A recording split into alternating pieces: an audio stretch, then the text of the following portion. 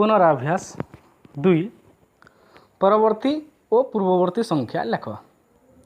Number 4 क 62 और 93 रो गसागुर पूर्ववर्ती संख्या केते। 62 और 93 रो गसागु करिबा जहाँकि 31 हेबो। 31 रो पूर्ववर्ती संख्या 30। ख 75,999 रो ठीक परवर्ती संख्या लेख। जोग एक करिबा परवर्ती संख्या कहिले जहाँकि हेबो 76,000। ग प्रश्न 2000 रो निकटवर्ती 6टी संख्यार समष्टिर पूर्ववर्ती संख्या किए। 2000 निकटवर्ती 6टी संख्यार समष्टि निर्णय करिबा जहाँकि 2000 गुणन 6 समान 12,000। 12,000 रो पूर्ववर्ती संख्या 11,999। नंबर 5 अलगा टिकु बाछ। अन्य एक पैटर्न क 400 500 100 200। अच्छा दिया जाइछि आधार दृष्टि केउटी अलगा हेबो। उत्तर हेबो 100। 400 500 200 यह हेउछि उपाधार 100 हेउछि आधार जहाँकि अलगा हेबो। ख 802 370 910 412 बीजांक दृष्टि अलगा कि हेबो।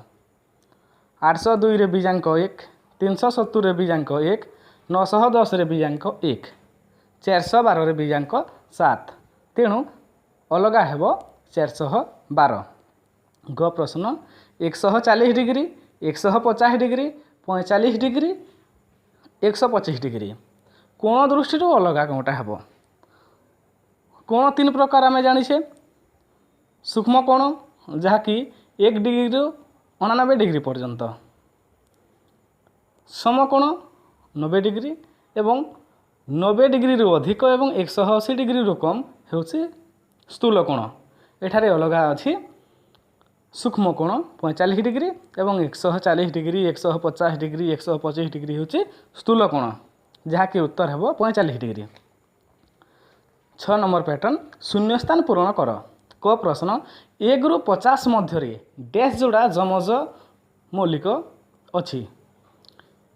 उत्तर हेबो 6 जोड़ा। 1 रु 50 मध्य 6 जोड़ा अछि। 1 रु 100 मध्य 8 जोड़ा अछि जमज मौलिक संख्या।